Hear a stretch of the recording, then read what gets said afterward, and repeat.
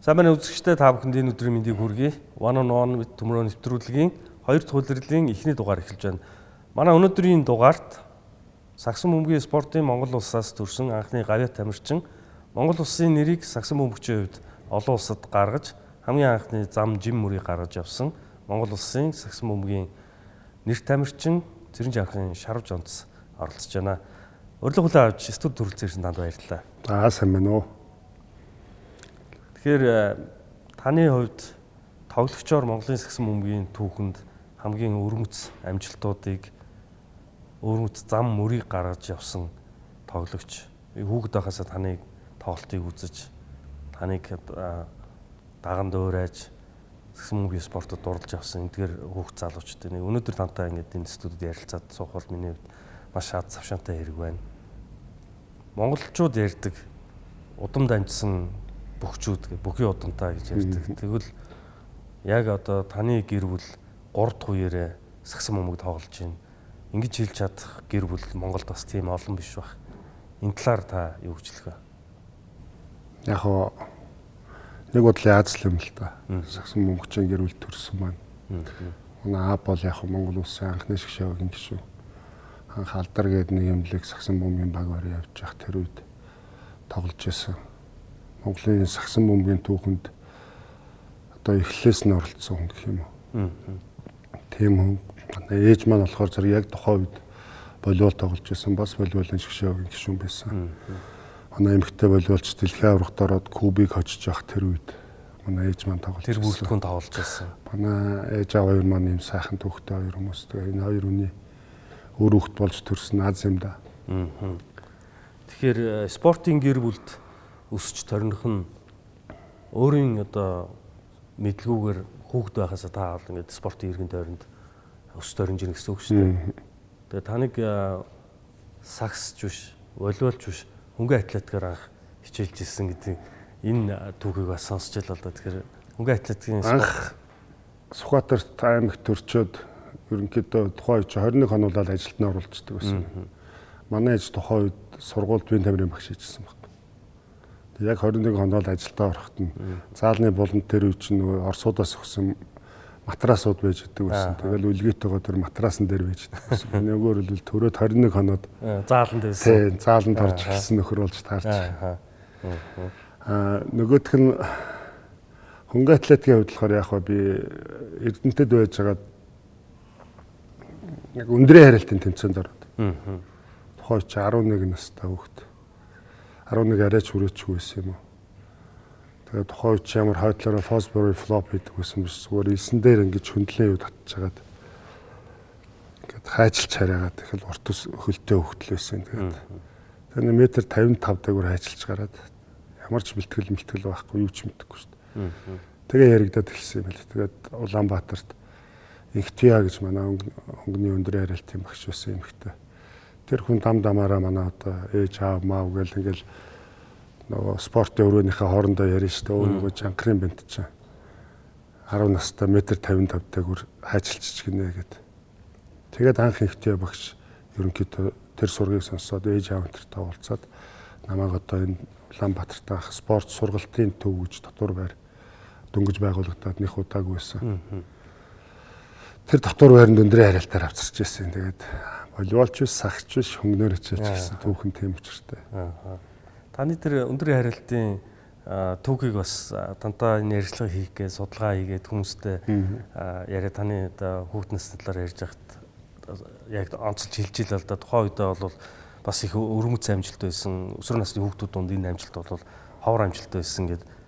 Ингээд хөнгөн атлетикийн спортоор хичээлээд хотод ирээд та спортоор хичээлж байгаа. Тэгээ гэрлүүгээ буцаад явсан байгаа. Энд яг юу болов? Гэрээсээ хол байх бас тийм амаргүй байсан юм уу? Эсвэл саад бэрхшээл байв уу? Спорт сургалтын төв гэж одоогоор яг спортын төв ордны хойдолд. Дотор байранд байдаг. Тэнцээ чи одоо нөгөөр л нэг 6-аас 10 дугаар ангийн тухай үед чи 30 гаруй хүүхдүүд байдаг, 30-үүд байдаг. ээж аваасаа хол хараа хяналт бараг байхгүй. Захлахгүйсэн л та. Дүрсгүүцсэн тэгээд нэг хэсэг спортын төв ордон залуучууд соёлын төв ялалт кино театр хавар жоохон дүрсгүүчд барай амараа хийж энэ цодоо модоо хийгээд тэгэл бас л нөгөө спортын гэр бүлийн харилцаагаар аав ээж чихэнд буцаж хүрээл. Ер нь болохгүй найз иргээд. Тэгээд ерөнхийдөө аав ээж хоёр үрж ирэл буцаага аваа явцсан. 9 дугаар ангид багт. Ингээд та буцаад одоо гэртээ харна гэдэг нь Эрдэнэт хот гэж ойлгож байгаа. Эрдэнэт буцаж очиод ямар нэгэн спорт хийв энэ хотоос Эрдэнэт буцаж очиод энэ хооронд юу бол? Би чинь волейболоор хичээлж байсан шүү дээ. Тэгээ волейболоор хичээлж хагаад эргэсчээд наран цэцэг гэдэг одоо миний ангийн багш ээж маань шав дүү тийм үний ангид орсон л тоо. Тэгээ волейболоор хэрэгэд хичээлнэ гэж байж байтал манай багийнхан маань ангийнхан маань сагсчд байж таарад. Тэгээд зэрэгцүүлээ сагс тоглоод эхэлсэн. Ер нь бол тэнд очиод сагсаа эхэлсэн гэсэн үг л дээ. Энэ үед волейболоосоо илүү сагсандаа илүү дурлал тэгээд сагс руу орцсон. Энэ үед бас таны амьдралд тохиолдсон бас нэг сонирхолтой үйл явдал болсон байгаа. Энэ бол та Эрдэнэт хотод буцаж гэртээ очиод сагс тоглоод ингэ байж хаад манай Монголын сагсны бас алдартай домог болсон багш нарын нэг хүүе багш танаа гэрт Цэрэнжи харгуунд очиод би өнөөдөр танад бэр гуйх гэж ирсэнгүй. Би хүүгичэн гуйх гэж ирлээ гэд аавд тань ингэж хэлээд таныг аваад буцаад хот руу ингэ сагс тоглуулах гэж таныг аваад явсан гэдэг түүхтэй юм байлаа. Яг энэ түүхийг та илүү дэлгэрэнгүй яриач. 93 он баха. Чи 10 дугаар ангиа төгссөн. Дахиад тэнцэнэ гадаад л нэдээд гээд сургуульд орцсон, сурж исэн үедээ. Тэгээ нэг өдөр хүүе багш урж ирэл хоноол явсан. Тэгээд мань хүн ерөнхийдөө бол ярьчаад явсан байна. Хүүе багш гэхээс гол нь манай Батлага багш нэг дээр нэмэх 11 гээд баг байгуулсан тухайн үедээ байжсэн. Тэгээд аавтаа илүү ойрхон хүүе багш ус. Хүүе багш одоо манай аав яг жинхэнэ гарын доор нь байсан хуурай дүү шавна гэж хэлж болохоор юм баггүй.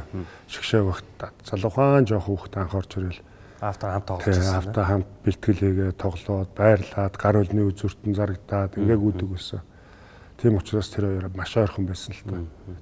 Тэгээ хурж ирээд би танаас бэрг уух гэж өрөөгөө хүүгээ чи авах гэж ирлээ гэж хэлээд зөвшөөрөл авч явжсэн. Би тэгээд дараа нь хойноос нь ирсэн л та. Араас нь дагаж ирсэн. Ингээ хотод ирэхэд нэг дээр нэг 11 баг бүрдсэн. Энэ багийн анхны бүрэлдэхүүнд та сонгодод ирж байгаа. Яг энэ үед би хүүхэд насныхаа дурсамжийг одоо эргээд санахаар 1994 оны намар лиг эхэлдэг жилийн улсын аврал шалралт тэмцээн би санаад байгаа. Спортын төв ордонд би одоо найзуудтайгаа жоох хүүхдүүд үзээ явжсэн. Би таны аль багаас тоглож байгааг санахгүй байна. Гэхдээ миний амьдралдаа харсан хамгийн өндөр хүн дээр заалт таал байсан. Хэдэн хүн гинэ? 94 оны намар залуучдын улсын авраг гэж би санаж байна тэмцээний. 94 оны намрын залуучдын улсын авраг гэхэлэр чин тэр биш баха. Биш үү. Яг лиг эхэлдэг жилэл магадгүй. 93 оных чинь шарын голд болж ирсэн. Ерөнхийдөө бол 93 оны хавар ирээл 3 сар бэлтгэл хийгээд Шанхай 100 Азийн наадамд явж ирсэн. Одоо яг тэрний өмнөх асуудал байхгүй. Зөв. Тэгээд тэрнээсээ эргэж хурж ирэнгүүтээ бид чи ерөөсө гэртээ харих замаараа би чи манай Жөний үедээ шарын гол залуучдын улсын аврах тэмцээнд ороод тэгээ Эрдэнэт рүүгээ гэртээ харж ирсэн. Нөгөөрлөл хавар бөөр эрт ирээд хонгараасны дараахан ирэнгүүтээ гэрлүүгээ харж байсан үг тийм. 6 сарын сүүлд 7 сард гэрлүүгээ харж ирсэн. Тэр яг хугацааны бэлтгэл надаа манай Жөний интерт ер нь бол манай нэг дээр нэмэх 11 багийнханд маш их юм өгсөн л доо. Тэгээ 94 онд лиг эхлээд авраг авдаг ч ер нь бас тэрнтэй холбоотой. Нэг хэсэг жигд залуучууд гараад ирсэн. Одоо нөгөөрлөл үе солигдоод нэг алтан үеийнхэн гэж яриад байгаа.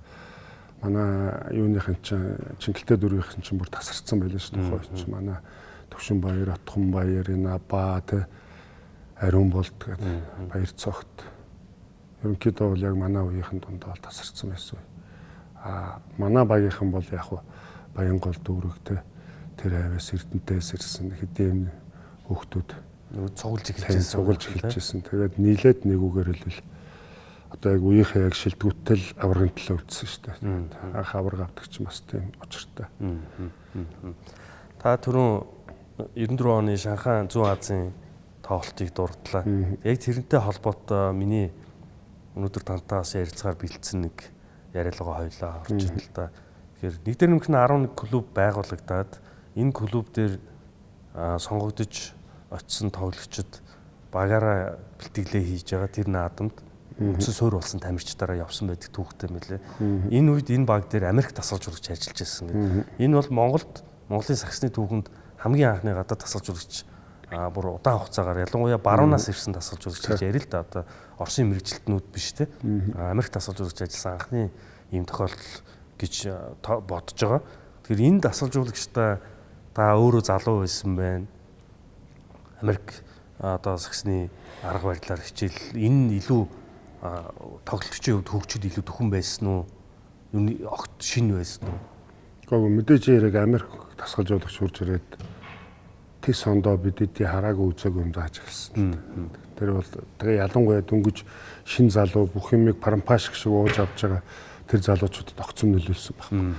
Би одоо нэрийн сайн Гэри Дэлмон гэдэг байсан байна. Одоо Небраскагийн их сургуулийн тасгалжуулагч байсан шүү дээ. Тэр чинь бас баггүй сургууль байхгүй. Тийм шүү дээ. Тэгээд тэр хүн чинь ирээд энэ чинь маш удаан хугацаагаар ажиллаа явахдаа бидэд машин заач явсан. Тэгээд яг тэмцээн рүү явахдаа хүртэл тасгалжуулагчаар авч явсан шүү дээ. Тэгээд тэрний дараагаар одоо миний яг ирээд байгаа ирээд бидэд нөгөө супер шингэлтэй дүрийнхэн багийг 27 оноор очиж байлаа шүү дээ. Тэр залуучууд улсын авраг дээр. Хамгийн ойрхон шарын голыг 24 оноо, тэгээд шингэлтэй 27 оноо, бусдын 30 40 оноогоор хийжсэн баг. Тэгэхээр зэрэг тэр нэг хэдхэн сарын сайжралт юм ямар шүү байсан ойлгож байгаа баг. Тэгэхээр гадаад тасгалжуулагчтай ажиллаад тамирчдын ур чадварыг арай өөр арга барилаар тоглуулна гэдэг л ерөөсө том өөрчлөлт байсан байна гэж ойлгож байна. Дээрээс нэмээд хувийн ур чадварын юм дээр аюу сайн ажилласан гэж би боддог. Манай Огийн бол яг тэр үед өстө огцом сайжирсан шүү дээ. Ер нь бүгд л чигд сайжирсан. Гэхдээ манай Огийн бол ер нь тэр үед л хамгийн их огцом сайжирсан. Нэг эсрэг нэг ер нь Огийг тогтоохон баггүй болсон шүү дээ. За яг ингээд үүнтэй холбоотойгоор арай жоохон цаг хугацааны үед үсрээд явбал та Harlem Globetrotters баг тоглосон анхны Аз тоглогч болсон. Энэ түүхийг эргээд та бодоход ер нь хамгийн түрүүнд танд одоо юу бодогддог вэ? Их жаргалтай 3 жил байсан. Би өөрөө жоохон залбин тэнүүрч хүнчтэй. Манай баг маань тэнүүлчтэй юм байна. Байнгын аялын тоглолт байна. Өдөр болгон нэг шинэ хотод сэрнэ. Ингээл шүн атуусаар давхиж очиж буудалтай орчоод өглөө ингээл хөшгөө онгоолох болгон шинэ хот. Сайн байна уу тэр хотоо гэж хэлэхэд маргааш нь ондоо хоттой. Тэр бол яг үнэхээр сайхан 3 жил байсан. Их ч юм сурсан. Дээрээс нэмээд энэ чи одоо энэ инхээ од маань төрсөн тэ. Ингээ бодохоор миний амьдралаа ялцчихгүй. Маш их туршлага болсон ад жаргалтай 3 жил байсан гэж боддог шүү дээ. Harlem тоглох боломж олдохын өмнөх тухайн одоо боломж олдохын өмнөх үе рүү орох юм бол өнөөдөр тантай ярилцлагыг хийхийн өмнө Globetrotters багийн талаар Dale Brown тасгалжуулагч өгсөн ярилцлага нэг сонины нэг хэсгийг ямар азар одоо бидэнд олдоод сая бас ярилцлагын өмнө танд ч гэсэн харуулад байж л та тийм. Тэгэхээр энэ одоо сонины нэг хэсэг дээр Dale Brown тасгалжуулагчийн ярилцлага өгснөөр бол харамсалтай нь та тасгалжуулагч Dale Brown-тай холбогдоод уулзахад хэдийнэ 27 нас хүрчихсэн. Хэрвээ таны нас арай залуу байсан бол NCAA тоглох боломж байсан. Энд дээр та Монголоос явах боломж нь байсан ч тухайн үед Батлага багш таныг Монголдо тоглох нь зөв гээд Монголд байлгасан гэдэг. Энэ дээр ер нь та эрт явцсан болов гэж бас жоох харамсах юм байдгүй. Гэхдээ яг хөө байдаг. 93 онд Гэри Дэлмон багш намайг авч явъя гэж айгүй ихгүйсэн. Авчиад Небраскагийн их сургуульд орлоо тоглуулчаа. Чи залуу байна. Одоо яг явах цаг чинь би чи одоо яг 19 настай гэсэн үг байхгүй. Хэрвээ тэгсэн бол энэ би ойрхон байсан. Хэрвээ би 19 настай Небраскагийн их сургуулийн багт ч тоглолцсон байсан бол 4 жил тоглоод 23 настай гэхэд NBA-д орох боломж хангалттай байсныг би ялангуяа сүүлд их сайн ойлгосон л дээ. Эргэж нөгөө Harlem-д очиж тоглож явах үедээ тий. Үнэхээр боломж байсан байна гэдгийг бол хэтэрхий сүүлд ойлгосон л дээ. Тухайн үед багшийнхаа үгэнд л орно шүү дээ. Манай нэгэн маань өрөөтэй юм байсан.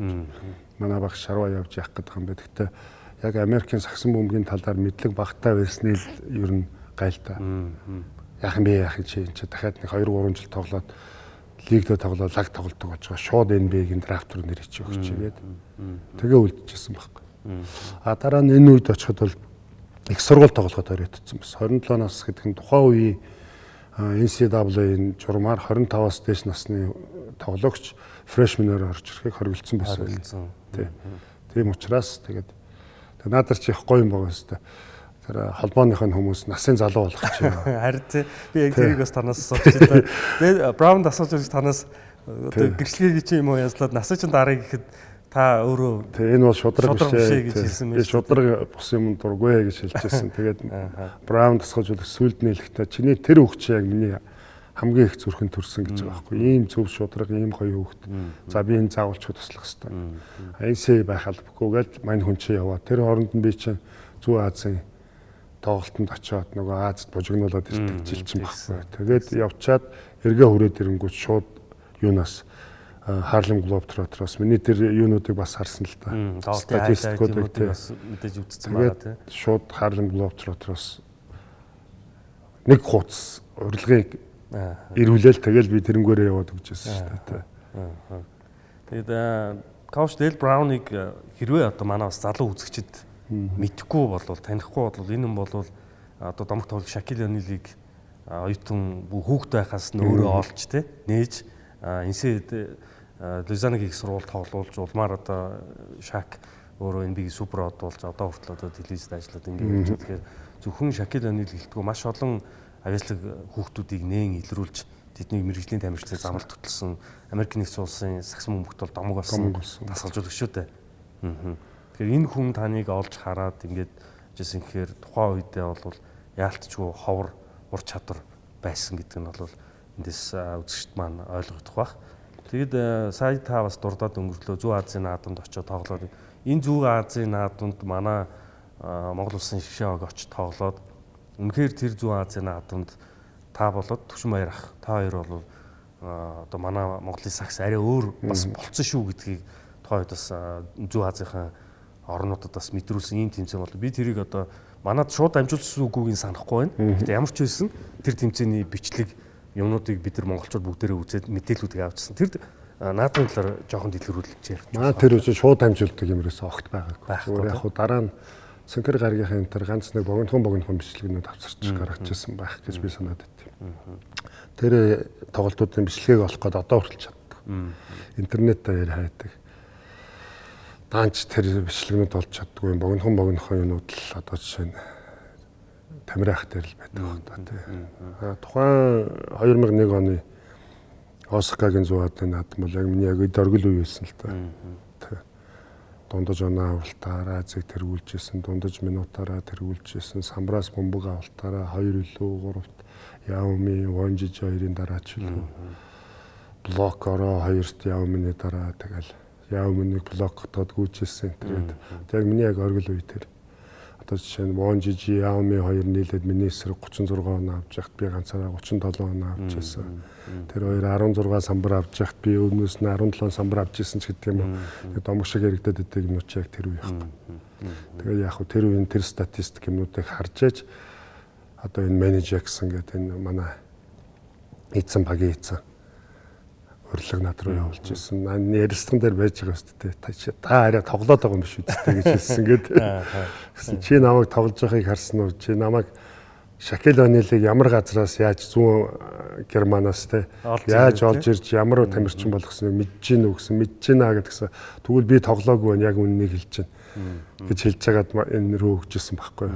Тэгэхээр яг тэр үе л дээ.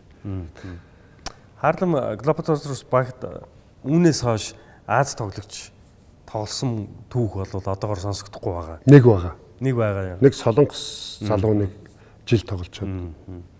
Одоо юунда солонгосынхаа лиг тоглож байгаа байна. Harlem тоглосноор та яг өөрийн мэржлийн сагсан мөнгө тоглохоос гадна шоу үзүүлдэг энэ багт тоглосноор өшөө юу суралцаж таны нүд нээгдсэн бол? Гэхдээ яг нөгөө бөмбөг эзэмшилт гэдэг юм хамаагүй лөө сурсан л та. Тэгээд өндөр хүн бас бөмбөг эзэмшилттэй байж болно гэдгийг харуулсан. Энэ бас байх ёстой нэг чадвар тий.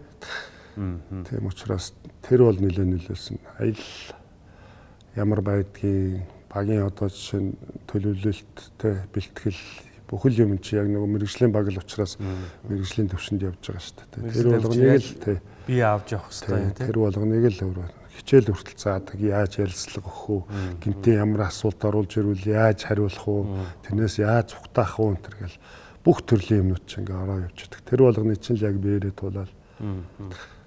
Хаалмд тоглож явах үедээ та амралтаараа Монголд нэг ирсэн. Энэ үед спортын төв ордонд би ямар тэмцээний санахгүй лигийн тэмцээн л байх гэж санаж байна.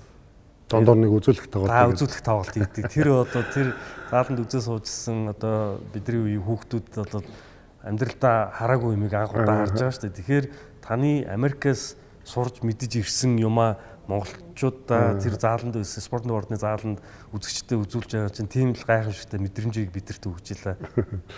Тэгээд нөгөө нэг энэ талд нэг үжирээ тогсон чинь юун далийг аад унжаад тэгээд волейгээ нөгөө төрмөчөө дахиад огсон чинь нөгөө тал нь бас дахин лээж унжаад тэгээд тоглолт завсарлаад нямка хуурлаад тэр бол яг хөө тий яг дондор нь хурж ирээд би ч өөрөө угаасаа л тийм л хүн шүү дээ. Юм л байвал тэр эргэл Монгол руугаа Монголоо гэсэн сэтгэлтэй тэгээд дараад нь ч гэсэн 2001 онд ирэл тэр нөгөө TLG 13 гэж багийг бас л яг энэ Magic Circle гэдэг юмар дасгалжуулж ирсэн. Тэгээд тэднээс ч одоо ингээд мэрэгжлийн тамирчид болоод эхнээсээ бараг тэтгэвртэй гарч эхэлж шүү дээ. Тэгэхээр өөрөө мэдсэн, сурсан зүйлийг их орн руугаа зөөнө гэдэг ч угаасаа маш том хөрөнгө оруулалт. Хүн болгоны л өөрсдийн дотроо тээж явдаг нэг хүсэл мөрөөдөл байдаг. Тэрийг аль хэрэгжүүлж явсан байна. За ингээд Америкийн Harlem Globetrotters баг тоглосон түүх ингээд үүний дараа та дахиад бас гадагшаа тоглосон. Чехэд тоглож исэн энэ үеийг Чехийн лиг тоглосон. Тэр нь өмнө нь Harlem-ийн бүр өмнө. Тэгвэл Чехэд бол богино хугацаанд 1 жил. Чехэд тоглох боломж бас яаж олдов? Тухайн үед Чех Словак улс дөнгөс салчаад би чинь Словак талд нь очиж тоглож байсан. Гэхдээ Словакийн лиг нь Чехийнхаа лиг, Австрийн лиг, орой оюухан лигүүдээс илүү байсан. Илүү хүчтэй. Тийм байсан үе л дээ. Тэгээ Вахостав Жилина гэж багт очиж 1 жил тоглосон. Тэгээ 1 жил тоглохдоо тэнцээ гэхдээ би яг нөгөө нэг өндөр хүн шидэж болно гэдгийг л хамгийн гол сурсан. 3-аас шиддэг болоод ирсэн. 3-аас шиддэг залж ордог болчиход ирсэн. Нөгөө Европууд чинь дунд ороод мичээ өрн туранхаа яг шийдэн дор үзэлцгээр бас бие өвч дотно. Бие өвч дотоод. Тэгээ маа тэр доодоо гэдэг багш чи 3-аас шиддэг юм байна штэ чи. Жохон зоригтой шидчих гэдэг. Тэгээ нэг чамайг 2 шидэхэр чинь төвийн тоглогч нь гараад байна. Тэгэхээр нь зөрөө орчих гээд. Одоо яг одоо миний үндсэн олон улсад тоглохдоо хэрэгжүүлдэг байсан үндсэн юмыг би тэнд багтаа сурсан байна. Миний давуу тал юу юм би хурдтай юм байна. Хөнгөнөөр хичээлж исэн, өсрэлттэй юм байна. Тэгээд тэнцээ очиж сурсан юм 3 шидэл. Тэгээд тэр чинь бас давуу тал болчихж байгаа. Тэгэл 3-аас 2 шидэд өнгөтл хүн чи яалчгүй ойртохоос авахаас аргагүй. Тэгээ ямар ч хүний хайжгаар би залаад ороход зүгээр хойно хол хаяал орчдөг гэсэн. Илүү тесрэлттэй хурдтай байсан учраас. Тэгээ яг үндсэн одоо миний тоглолтын юм үндсэн суур тэнцээ. Анх энэ чинь ерөөсөө лигийн анхны авраг авчаал яваад өгсөн шүү дээ. Тэгээ 1 жил тоглолцоод эргээ ирсэн.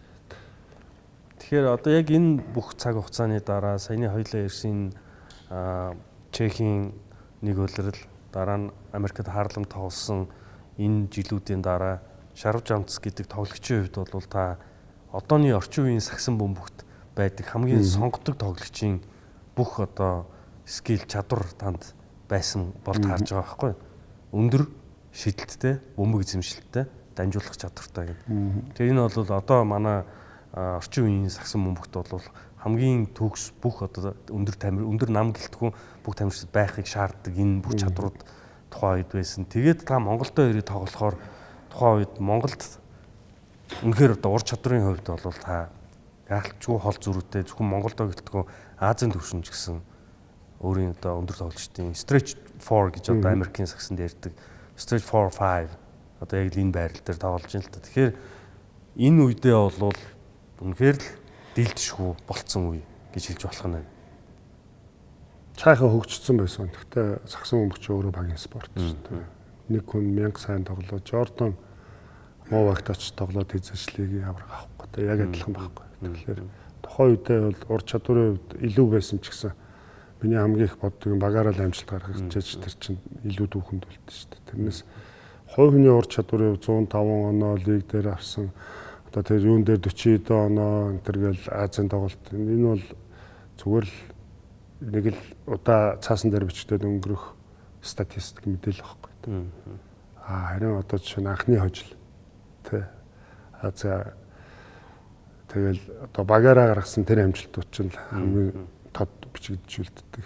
Яг за. Гэхдээ яг тухайн үедээ бол тийм мундаг амжилт бол манай Шгшээ баг гаргаж чадаагүй л дээ. Анхны хожил можил нэг тиймэрхүү 2 дахь хожил, 3 дахь хожил энэ төр гэж л ярьдаг үе юм шүү дээ. Одоо бол сайхан биш дээ. Аврагуудын хожил шинхэн кайф авч шүү дээ.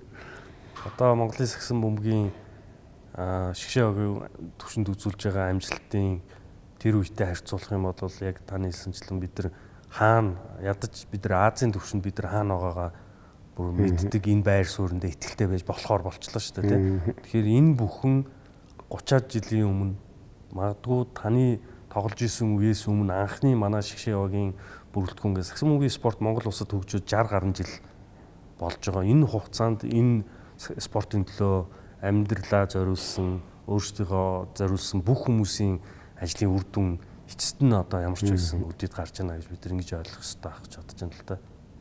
Тэгэхээр Монголын сагсан бөмбөгийн одоо байгаа төвшнөөс цааших хөгжлийг ер нь энэ зам мөрийг та ямараар төсөөлж байна? Шгшээ багаараа ихний ээлжинд амжилт илүү гаргаасаа үргэлжин дотор байдаг. Одоо ямар ч байсан цөмөрөө бол нэг дунд 50 руу яваад очичлаа шүү дээ. Одоо баруун зүүн Азийг 2 руу хахад баруун талын тэнцэнэ тусдаа одоо Арабын улсууд мосууд те зүүн талдаа ямар ч байсан дунд 50 цаа. Дунд 50-ын багуудтайгаа тэр дор ордог. Одоо эхний мөрөдл бол Азтай Азийн авраг шалгаруулах тэмцээн дээрээс медаль авах. Энэ тийм боломжгүй зүйл бас биш. Зүгээр нэг оролцох шүү дээ. Тий. Одоо медалийн төлөө үздэг болох Final Four тий. Энэ ойрхон байгаа. Би бол ерөнхийдөө Монгол улстай нэг супер холбогч, нэг супер төвийн тоглогч бэлдэж өгч байгаа. Одоо удахгүй бэлэн болно тий. Одоо инкулээ сургуулаа төгсөөд мэрэгжлийн замд нь эхлэхээр илүү Шгшээ багтаа тоглох боломж нэгдэж байгаа. Сая оюутан багт бол тийм боломж үнэхээр хэцүү. Сургуулаас зөвшөөрдөг. Хоёрдугаар төвийн тоглогч маань бэлэн болж байгаа. Надаас өндөр болцсон. Надаас хамаагүй бяртай, хүчтэй, илүү өсрэлттэй төвийн тоглогч маань бэлэн болж байгаа. Бусад байрлалыг монголчууд хангалттай тоглож байна.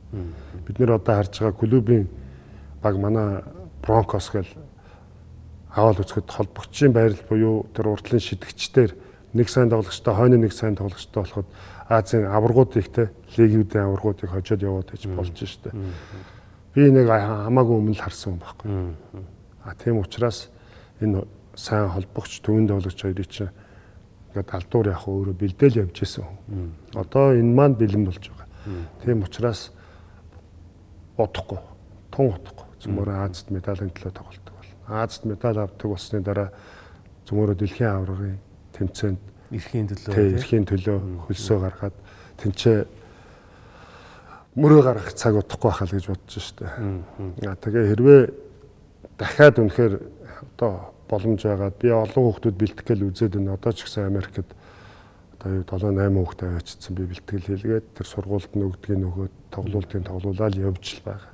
Энэс маань энэ маань ингээд цаашаа амжилттай болоод хүүхдүүд маань сайжраад яваад ирэх юм бол удахгүй зүгээр яг хөө дэлхийн авраг дээр ч гэсэн ер нь медалийн төлөө үзэх юм бай гэх юм тийм шүү дээ. Тэгжэл бодож явдсан шүү дээ. Зөв. Тэгэхээр өөрийнхөө хичээлж өөрийнхөө амьдралын зам мөрийг гаргасан спорттой буцаагаад таны өгж байгаа энэ бүх зүйлсд би маш олон сагсан бөмбөгийн спорт сонирхчдын монголчуудын өмнөөс талархаж байгаа илэрхийлмээр байна. Зулцгнууд гэж та эдгээр хүүхдүүдэд өгөөг шүү дээ тий. Миний зулцгнууд гэж та сошиал орчин таныг дагдаг улсууд бол энийг маш сайн мэдэх бах. Тэгэхээр эдгээр хүүхдүүдийн хувьд тантай холбогдож энэ спортоор сонирхож хичээллэх энэ боломжуудыг нээж улмаар цаашаа та одоо өөрийн Stars клубийнхаа хүүхдүүдийг Америкийн нэгдсэн улсад AU-гийн тэмцээнд зуны улирал тоглох боломжийг бас нээж ингэж явж байгаа. Тэгэхээр Америк Монголыг холбосон энэ сагсан бөмбөгийн спортоор холбосон энэ гүүрийг хийж энэ одоо үйл ажиллагааг хийж явахад танд бас тусал дэмжиж байгаа хүмүүс байгаа бах тий. Миний жулжгнууд гэдэг бол яг вэ ах ACF гэж клуб байлаа шүү дээ. Stars City Falcons гэдэг. Маа Тамира Сэдэ бидэд Анх нийлээд одоогийн манай энэ Болдбаатар, Баясгалан, Инх Баясгалан те энэ хүдрээ эднүсийг ингээд анх аваад хоорондоо ярилцж байгаа цөмөр нэг юм 10 жилийн төлөвлөгөө гаргаад ингээд нэг хэсэг хүүхдтэйгээ 10 жил бэлдээл үзье тий. Хэр явах нь цөмөр харъя гэж ярьж тохироод анх тэнцэнээс эхэлчихсэн. Манайх болохоор Stars Тамира бид хэдийн дараа нь байгуулсан клуб маань болохоор City Falcons. Бидээс чинь City-гээ заалан дээр мөөгийгээд ах заалын үнгөө өгөөд тэнцээ бэлтгэлээ гэж эхэлсэн шүү дээ. Тэгээд манай Stars-ын хоёрыг нийлүүлээд Stars City Falcons гэдэг. Тэгээ City багшилж ирсэн хүүхдүүд бас City Тамира бид гурав гуруулаад багшилж ирсэн. Тэ. Одоо эргээ харсан чинь тэр хүүхдүүд бүгдээр хэлэхт. Тэ. Болдбаатар, Инх Баясгалан, хүдрээ өрчөг хийм байлаа одоо би зарим нь үнэхээр мартсан байна. Эргээд одоо юу харах юм бол одоо тэр үеэс ахуулаад одоо миний жуулчгнууд гэдэг юмуд явсан байхгүй. Тэгээд дараад нь одоо энэ Stars гэх клуб юу хөгтөд. Тэгэхээр уул нь ингээд яг зоригтой сэтгэлтэй хүмүүс нийгэм ингээ бариад авах юм бол үр дүн төрдөг юм а гэдгийг нөгөөр хөлөл эрт батлаа үзүүлсэн байна шүү дээ. Цаг хугацаа орхон тодорхой. Цаг хугацаа орхон тодорхой. Тэнцээ бол тэгээд мөнгө төгрөг тэг хүч хөдөлмөр хөлс гэл бүх юм л орно. Тэрнийхээ юунд анх би одоо чинь инкулэг Америк руу явуулаад дараачийн хүн болох Дөлгөөн очоод тэгээд Гана очлоо шүү дээ. Тэгсэн. Би энэ гурвыг тэнцээ яг нэгэн зэрэг байж ах үед нь би дотроо бас нэг юм бодсон байхгүй. Одоо нэг нэгээр нь биш юм байна. Олноор навчих хэвээр байна. Тэрхий их хугацаа алдаад байна энэ дээр те. Чин инкулэг анх очсноос Гана очсны хооронд бараг 10 жил байгаа. Тэгэхээр чи миний нас чинь хязгаартай шүү дээ тий. Хүний нас хязгаартай. Тэгэхээр энийг ер нь жоохон олноор нь авчвал илүү хурдан явах юм шүү гэж дотроо бодож явсан. Одоо Чикагод байгаа манай Амраа гэдэг байгаа. Одоо Mongolian Talent Academy гэж Чикагод байгаа монголчуудынхаа хүүхдүүдэд сакс, волейбол, хөнгөн атлетик, бүжиг те. Манай үн чинь тэнцээ чи ордгүй юм байхгүй шүү дээ. Амраа өөрөө хөнгөнийх. Тэ өөрөө хөнгөнийх. Тэгээд бин тамирын дээд төгсөн багш хүн те. Тэгээ бит хоёр нэлээд олон жилийн өмнөөс хойш заа нэг ийм хийшүү гэж явсаар байгаа өнгөрсөн жил хийж байгаа. Анх удаа Америкийн нэгдсэн улс руу 51 хүүхд визэнд ороод 51 үлээ гараад 51 үлээ яваад 51 үлээ эргэж ирсэн. Цаад ирсэн. Энэ дээр миний баярлж байгаа юм юу гэхээр би нэг очоо ганц юм уу хоёр хожил авчихсан. 4 баг явж байгаа шүү дээ тэр чинь 4 насны баг. Нөгөө тэдний энэ байгаа төвшинг мэдж байгаа болохоор би очиод хүүхдүүд маань ганц юм уу хоёр хожил аваад ингээд жоохон урам авчаасаа. Тэгэх юм бол дараа жил ирэхэд илүү хамар гэж бодчихсон. 50-аас илүү хувьд нь хожил авсан шүү дээ. Гэхдээ яг энэ дээр миний нөгөө түрүү чи ярьж байсан яг тэр шинэ системийг би доршиж утсан байхгүй. Тэр чинь 5-аас 6 сар орчим би ч урд нь бэлтгэл хийлгээд явсан шүү дээ. Тэгээд залуу хүүхдүүдэд энэ системийг суулгахад болох юм байна гэдгийг би тэнцээ очиод мэдэрчээд ирж байгаа байхгүй.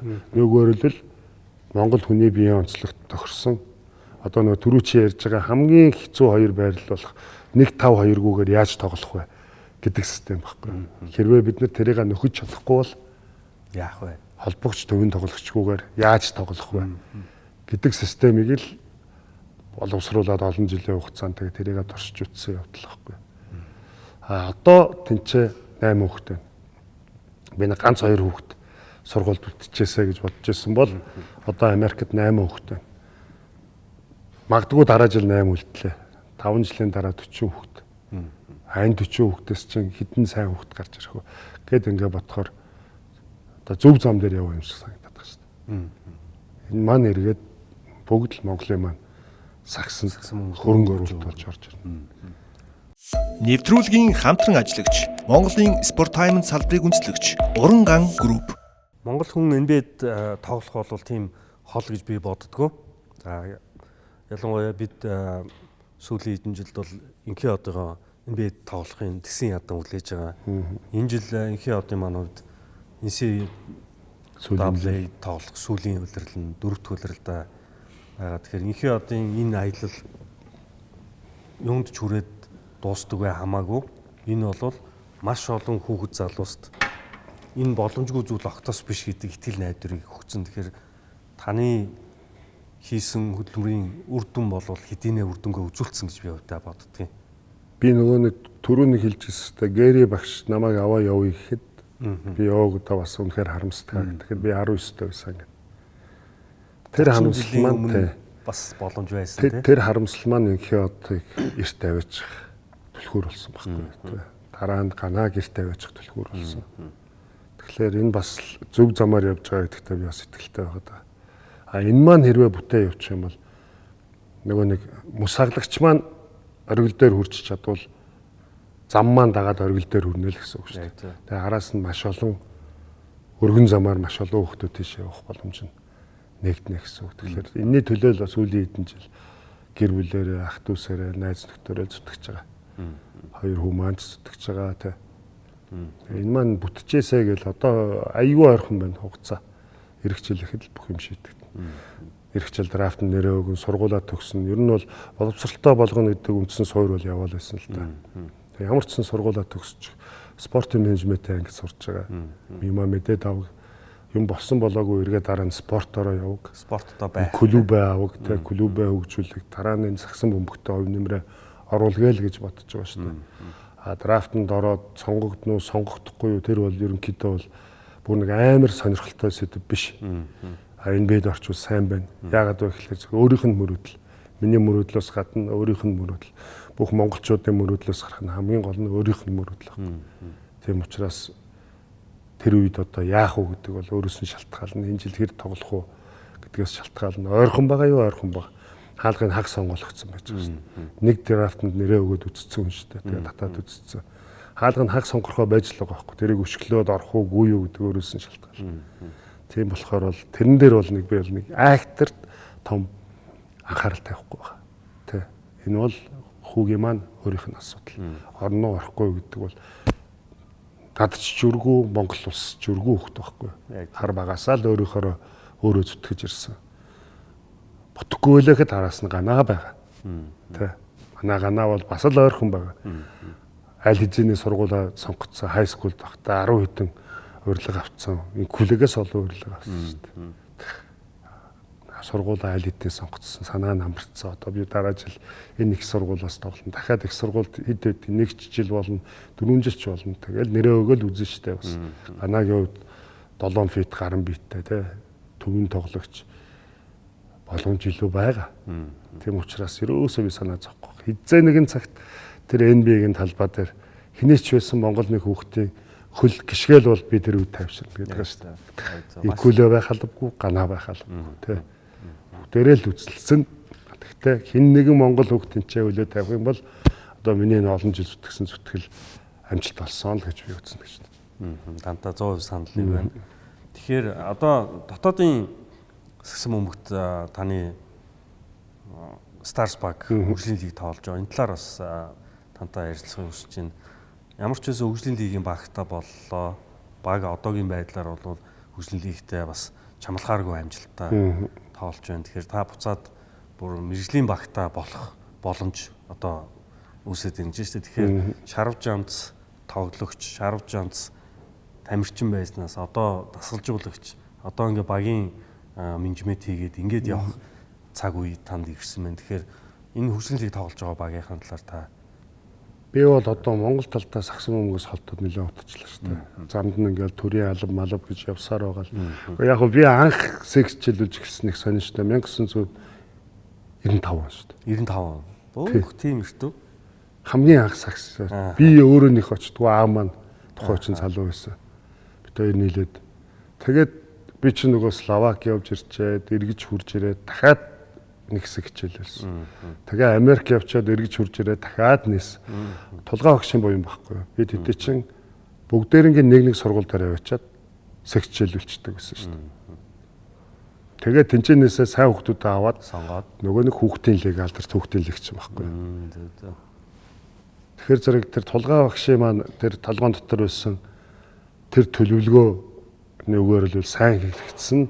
Манай Монголын сагсанд бас сайнэр нөлөөсөн. Нэг бол анхны хүүхдийн лигтэй анхны мэрэгжлийн баг манайх бол яг тэр мэрэгжлийн баг гэдэг статусаараа бол айгүй гайгүй багуудын тоонд ордог байсан шүү дээ.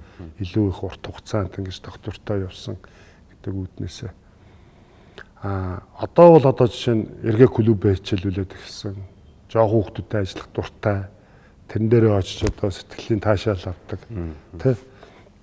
Тэгээд дээрэс нь нэмээд нэгэнт ингээд энэ лөө зорио явж байгаа юм чинь. Клуб гэж ямар байх хэвээр яг ийм үндсэн бүтэн клубын системийг бий болгоё гэд зорилготой болчлоо л доо одоо. Нөгөөр л 6 наснаас нь хүүхдүүдтэй хичээлүүлээ. Тэр хүүхдүүд сургуулийнхаа хугацаанд клуб гэж яваад дээд сургуулаар дамжаад тэгээ мэрэгжил рүүгээ шууд ороход одоо Барселона, Европын клубүүд шиг те Реал Мадрид энэ төр шиг багаасаа ахуулаад дээшээ мэрэгжил рүү орон хүртэл тэр замынхын турш газарчилж бэлдэж өгөө. Ийм клубтай болъё гэдэг зорилго тавьчаад ингээд зүтгэж байна. Гэтэ сүүлийн жилүүдэд спортод хөрөнгө оруулалт хийх нь татврын бодлого явж гисэн бас төрөөс дэмжлэгтэй байгаа учраас маш олон бизнесийн байгууллагууд спорт руу хөрөнгө оруулалт хийж спортыг дэмжих нь зөв юм байна гэдгийг бас дарга багтаа эхлүүлсэн ажил маань эргээд миний энэ хувийн клубын ажилд ингэж хэрэг болно гэж би бас яг хөө зөвхөн төсөөлжлээсэн л та. Манай спортын салбарт хэрэгтэй гэдэг үднээс хамгийн анх нь 1% татврын хөнгөлт гэдэг чинь би чинь тухай үзтгүүлээд тэгээд сангийн яамнаас энэ арай болохгүй байна. Манай юу төсөв арай дийлэхгүй байна гингүүт нь шууд болиулах гэжсэн нь би болиучвал дахиж сэргээх хэцүү байхгүй. Тэрийг би гуйжааж одоо тухайн үедээ бол 10 хүртэлх сая гэдэг төгрөг гэдэг үг дотор нь оруулж байгаа төр үлдээж хагаад тэгээд одоо сая сүүлд хэрэлцээд 1% гэдгээрээ батлагдчихж байгаа байхгүй. Бас сонирхолтой зөвхөн. Миний одоо чинь төрд ажиллаж байх хугацаанд хийсэн миний одоо бас нэг ажлын маань нэг энэ. Спортын тамирчдын гэр бүлд өсөх ямар байсан бол та тамирчин аав ээжийнхээ тухай дурсамжаасаа хавалцаж. Хар багасаа л цуглалтанд хамт явна шүү дээ. Би бол санаж байгаа би саяхан нэг пост харсан. Манай мөн талигаа Чалтан гэрлийн талаар нэвтрүүлэг хийх гэж байгаа. Тэгээ би Тэсгүй нэг пост тавьсан. 4 наснаас 40 нас хүртэл найзсаа хоёртоо гэдэг. Тэр бол яалтчгүй тэр 4 наснда анх хоёр ээж маань болиулын шгшээ багийн тий. Болиулын шгшээ багийн хоёр гишүүн. Цуглартанд гарна бит хоёр ээжтэйгээ явдаг. Энэ тентгийн амралтанд очиж ээж аав нар бэлтгэл хийдэг. Тэгээд тагаа явж идэг хоёр л байсан байхгүй. Энэ тэнд очиж пакталдаг хар багасаа одоо ингээд хамт өссөн хоёр. Тэр тамирчны гэр бүл төснө гэдэг нь өөрөө тэгээд тэр темпэнд нь хар багасаа л тасчихж байгаа. Дээрээс нэмээд өссөн өсөөгөө хараад ингэж явсаар байгаад тодорхой хэмжээний мэдлэг болоод авчиж байгаа. Давуу талууд нь те. Тэр чинь эргээд туршлага болчихж байгаа байхгүй. Яг одоо жишээ нь спортоор хичээлгээд. Тэгэл хар багасаа л нэг өөрөлдөл бэлтгэж чинь гэсэн үг шүү дээ. Өссөн өсөөгөө дагаж. Спортыг ойлгох талаасаа тийм бүх талаасаа одоо таны хүү Мөнхийн хот Старс баг дээр тасалжуулагч хийж байгаа. Та хүүгийнхаа энэ шийдвэрт чиглүүлж бас мэдээ зөвлөж байгаа бах тоглогч оюутны лиг тоглогчоор бас тоолж үзээд одоо тасалжуулагч болсон. Хүүгээ хараад та юу бодогдчих? Би бол маш их баяртай ба. Тэгээ яг мөнгөлөө тоглохоосоо илүүтэй өөрөө хүүхдтэй ажил тасгалжуулах илүү дуртай. Тэгээ тэрийгээ сонгоо явсанд нь бас баяртай ба. Нэгэн тоглог нэгэн тасгалжуулахтай. Одоогоор би хараад хажуудаа байлгаал чадах мэдэх юмудаа хэлж өгөөл явж байгаа. Илүү хурдан сурж байгаа. Тэрэнд нь бас баяртай байгаа. Хэрвээ мөнгөлөө бие дагаад баг аваад явах хэмжээнд болох юм бол тэр хугацаанд өөрийн ахлаа тасалжуулагч болж би зүгээр зөвлөхийгээ явуучвал надад илүү амар л. Тэгэх юм бол ганц мөнгөлөөд биш бусад тасалжуулагч. Манай салбар маань илүү гоё хурдан хөгжөөд хурдан төлөөд гингүүд тасгалжуулагчдын хэрэгцээ шаардлага маш их гарч байна тийм. Тийм учраас одоо хүүхдийнхаа клубыг өргөжүүлийн тэр тасгалжуулагч нь олдохгүй заал нь олдох болсон байна шүү дээ. Энэ олон заа шинээр баригдчихэж баригдаад тийм.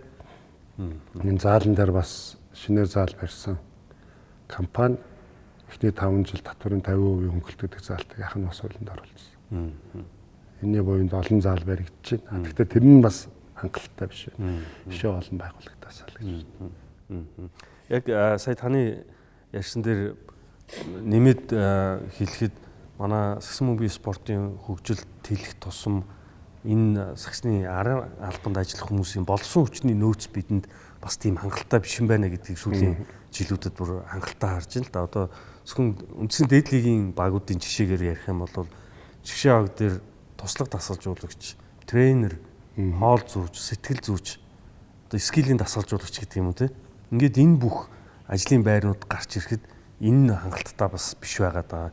Энд илүү одоо манай биеийн тамирын багш дасгалжуулагчийн мэргэжлэр суралцж байгаа залуусд маань арай илүү нэг юмыг барьж аваад илүү нарийн мэргэжлэр нь сурах боломж нь бас гарч ийн гэдэг нь өөрөө гоё нөхцөл үүсэж байна л да. Тэгэхээр маш олон энэ залуучуудад хэрвээ сонирхоод өөрөө хий гэвэл зөвхөн одоо зүгээр миний анзаарж байгаагаар хуучин бол аль нэг спорт тоглоомын багт дасгалжуулагч гэж төгсдөг байсан бол одоо илүү нарийнаар сурж ажиллах бас боломж нээгдэж байгаа нэг таатай зүйл байгаад байна л да. Одоо дасгалжуулагчийн сагсан бөмбөгийн дасгалжуулагчтай холбоог байгуулагдсан. FIBA-тайгаа нийлээд хэдэн жил болж байна сургалт явуулаад дасгалжуулагчтай. Тэгээд тэр чи одоо CBA гэдэг лиценз олгоод ингээ явж байна. Өчнөө олон хүмүүс тэнцээ хичээллээд сураад лиценз аваа явж тэгэл хангалтгүй шүү дээ. Хангалтгүй байгаа байхгүй. Тийм учраас өшөө эрчимжүүлэх шаардлага байна. Энэ дээр манай холбоо маань юм бодож байгаа байх гэж дотроо бодож байна. Зөв замаар явж байгаа шүү. Тэ. Өшөө одоо жишээ нь илүү олон төрлийн нөгөө нэг хөгжөөд огцом тэлээд ирэнгүүт олон төрлийн шаардлаганууд бий болж байгаа. Энийг бас маш яралтай нөхөд явах юм шаардлага үүсэж байгаа байх та. Тий. Яг энэ ажлын хамгийн гол бас нэг үр дүнтэй явж байгаа чиглэл нь би зүгээр хувийнхаа хувьд харахад Монгол улсын эрэгтэй эмэгтэй шишээ ог дээр ахлах дасгалжуулагчаар ажиллаж байгаа Грек болоод Испани энэ хоёр мэргэжилтнээс гадна лигийн багууд дээр ирж ажиллаж байгаа Европын өндөр боловсролтой дасгалжуулагчдыг орон нутагт бас аймагуудад очиж сургалтууд хийж байгаа энэ сагсан бөмбөгийн холбооны хийж байгаа хамгийн чухал ажлуудын нэг байх гэж би харж байгаа. Тэгэхээр сүүлийн 20 жил баг энэ ажил ер нь хийгдэг. Өмнө нь ер нь хийж ийм системтэйгээр хийж өгснөгүй юу гэдгийг бас миний хувьд л мэдэхгүй байгаа. Тэгэхээр энэний үр дүн бол тодорхой хугацааны дараа гараад ирнэ те. Энэ л их чухал байгаа юм л да. Дасгалжуулагчдыг хүүхдтэй ажиллаж байгаа дасгалжуулагчдыг олон улсын стандартаар бэлдэнэ гэдэг нь бид нар хүүхдүүдтэй тарих үрээ яг зөвөр анханаас нь суулгах гэдэг нь гэдгийг л хамгийн чухал юм тэнд яваад байна гэж харж байгаа. Энэ жилээс сургуулиудын лиг гэж нэг тэмцээнээр сураг гарсан. Тэгсэн сурагчдын лиг гэдэг. Энэ бол яг нэг өсөд исэн юмнуудын нэг. Тэ. Тэр аймгийн тэр сумын. Одоо чинь юу Хинтээ аймгийн Дадал сумын 10 жилийн баг амжилт гаргаад хотод ирээд хажуудлынхаа Батширээд тэ бэн дээр бусад сумдуудтайгаа норовлон тоглоод одоо чинь аймгийн аврагтаа очиж тоглоод тэгээ Улаанбаатар руу яг зөв. Би бас дараа хугацаа боловсролын хамтаа яриад яг энэ системийг яриад ерөнхийдөө тохирцсон байсан. Тэгээ удахгүй манай спорт маань би боловсрол соёл шинжилгээ спортын яам гэдэг байж байгаа салаад тэгээд тэр маань юу маань солигдоод сайд маань солигдоод тэгээд тэр маань хойшоо шидэгдсэн. Ер нь бол хөгжил гэдэг тэмцээний зохион байгуулалт тэмцээний бүтцсэн юм байл. Америкт байгаа тэр тэмцээний бүтц бол амар шүү дээ. Яг зөв. Тэгэхээр энэ луга алхам алхмаар ойрч яах гэдэг бол бас нэг гоё баяртай байна. Тэгэхээр Монголын сагсан бөмбөгийн бидний энэ туулж өнгөрүүлсэн хямралын он жилүүд магадгүй хичнээн одоо эргээд дурсахад хар бараан ч гэсэн одоогийн энэ өсөлт дэвшилт бас тодорхой хэмжээгээр нөлөөлч үү? Сайн талаас нь гэж харуул бас ингэж хэлж болох болов. Аливаа зүйл нөгөө сайн муу хоёр талтай. Ямар ч зүйл. Тэр хар бараан 10 жилд хүмүүсийн сэтгэл зүй бэлтгэжсэн юм шиг. Яаж яавал болохгүй юм бэ? Гэдгийг яг бие мах бодороо одоо туулж ирж исэн. Юу буруу болоод байгаа юм бэ гэдгийг. Тэрийг ингээд 10 жил харж байгаа байхгүй. Яагаад болохгүй вэ? Яаж болохгүй юм бэ? Яавал болохгүй юм бэ гэдгийг. Гэхдээ яг тэр 10 жилд хүмүүсийн сэтгэл санаа бэлтгэжсэн баг. Ингээд эвлэлтэн нэгдэх хэрэгтэй юм байна. Энэ спортыг гоё болгох хэрэгтэй юм байна. Алхам малхмаар те дасгалжуулагч нар ах мэд зүтгэлтнүүд тамирчид бүгд биеийн дээрээ амсаад за ер нь энэ болохгүй эцсийн цаг 5 нэгдэх хэрэгтэй. Энэ дээр миний ч нөлөө байгаа. Одоогийн ерөнхийлөгч хүрэлцэхтэр би орж ирсэн ерөнхий сайд багт. Манай спортыг энэ хагарлыг эцэс болгож өгөөч. Тий, эцэс болгоод өгөөч. бийж орж исэн, тамираач орж исэн. Хүн сонгоход хамгийн хэцүү юм. Дараач ерөнхийлөгч нь хэн байх? Хэн байвал энэ хоёр тал муудалцсан байгаа тал хоёулаа хүлээн зөвшөөрөх юм бэ? Тэгэл ер нь аль аль талаас бацсан гэлэгдэх энэ залуу байна. Тэр санал нийлсэн маш хурдан явсан. Бүх юм тап байл. Яг нөгөө бэлтгэсэн байсан 10 жил одоо бэлтгэлээгээ бэлтгэсэн байсан цэргүүч шиг шууд дайнд орж байгаа юм шиг. Айгүй хурдан явсан шүү дээ. Ерөнхийлөгч боллоо. Нөгөө хоёр талын эсэргүүцээд хоёр болоод исэн нөхдөөч бүгд хүлээн зөвшөөрөл арга дэмжээд ингэ явчихж байгаа. Тэгээд одоо энэ богинохон хугацаанд энэ сагсан бөмбөгийн хөгжлөгдөж. Номын хөвшөлгээд хаашаа татаал барайл бэлдээдсэн. Тэгэл харвангууд хол явж штэ. Яг тэрнтэй адилхан. Нэг үгээр л сүүлийн хэдэн жил сагсан бөмбөгийн хөгжлийг харахад үнэн кайфтай штэ. Бид дотооддоо хямралаа шийдснээс гадна ФИБА-гийн төвшөнд бүх талаар Монголын сакс гэдэг дуу чимээтэй орж ирж байна гэдэг. Энийг одоо юу баталж яах гэхээр ФИБА-гийн Монголд хэрэгжүүлж байгаа араасаа хэрэгжиж байгаа төсөл хөтөлбөрүүд энийг баталж харуулж штэ. Мөн одоо манай шгшээ багийн 5-5-3-3 гэлтгүү энэ одоо бүх төвчний бүх насны шгшээ агуудын гаргаж байгаа амжилтууд. Хотууд маань хүртэл одоо гадагшаа тэмцээнд яваад амжилтаа тоглодог ийм сайхан цаг үеийг бид нар хараад ингэ байж байгаа нь өөрөө сайхан байна. Тэгэхээр зөв менежмент гэдэг бас спортод хамгийн чухал байна тийм. Хамгийн чухал юм. Ингээд өнөөдөр бидний урилгыг хүлээн авч хүрэлцэн ирсэн танд маш их талархлаа. Хоёулаа маш олон сонирхолтой зүйлсийн талаар ярилцлаа. Би өөрийгөө таны тухай бас боломжийг мэддэг гэж боддог байсан ч мэддгүй зүйл бас маш олон байлаа. Тэгээ би таныг Sharp Jumps Монгол Shark гэдэг нэрээр Америкийн нэгдсэн улсад ч тэр дэлхийд дахинд Аз даяар гэлтгүү дэлхийд дахинд Монголын сагсан бөмбөг бас байдгийг шүү. Монголчууд сакс тоглодгийн шүү гэдгийг таниулж ирсэн шигээ дараагийн үеийн сагсан бөмбөгийн тамирчдыг бэлдэж байгаа энэ их улсад нь их амжилт төсмөр байна. Бид боломжоор монголчууд бид хин энэ үйлсийг бас дэмжиж ажиллах боломж гаруулаас дэмжиж ажиллах хүсэлтэй байна. Тэгээд эцсийн үеийг танд үлдээе. Та залуу үеийн тамирчин сагсан бөмбөгийн спортоор хичээллээ гэж байгаа хүсэл мөрөөдөлтөд хүүхдүүдэд хандаж хэлвэл юу хэлэх вэ? Маш их хүсэл зоригтой байх хэрэгтэй. Хайртай байх хэрэгтэй. Маш их хөдөлмөрлөх хэрэгтэй. Одоо ч гэсэн шав нартай хэлдэг. 7 хоногт 2-3 бэлтгэлээгээд хэзээ ч хүссэн хэмжээндээ хүрэхгүй шүү. 2-3 бэлтгэл хийхдээ сурж мэдж авсан юм аа. Үлдсэн өдрүүд нь өдөр оройдод авчих. Ингээл 11 настайгаас ахуулаад өдрийн 2-3 бэлтгэлтэй явж аж өдийн хэмжээнд хүрж байгаа шүү гэдэг би байнга хэлдэг. Тийм учраас тэр маш их хүсэл мөрөөдлөө тэр бэлтгэлээрээ баталгааж байна. Тэгжээж амжилтанд хүрнэ. Дээрээс нэмээд хэлэхэд монголчууд өвтэй байхтай өгчтэй. Энийг Монголын сагсан бөмбөгийн холбоо монголчуудаа ил тодор харууллаа. Багийн спорт хөгжихгүй гэж ярьдаг байсан үе саяхан. Хөгжиж болдог гэдгийг баталж байгаа үе одоо. Тийм учраас бас хөл бөмбөгчдөр, волейболчдэр бусад спортууд маань хамгийн түрүүлэл эв түнжинтэй л болох хэрэгтэй. Хэрвээ эв түнжинтэй болоод нэг тийшээ харж чадвал наад спортч хөгжинэ. Би сакс тоглохоо болоод удацсан. Тэгээ волейбол тоглосон шүү дээ Ахмадад.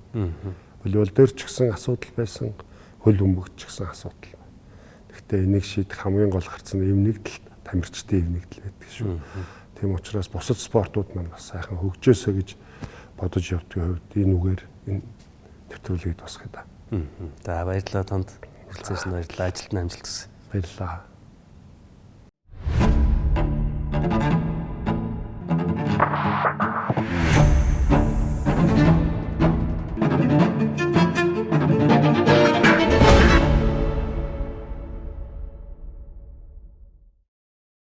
Нэвтрүүлгийн хамтран ажиллагч Монголын Sport Time салбарыг үндэслэгч Уран Ган Групп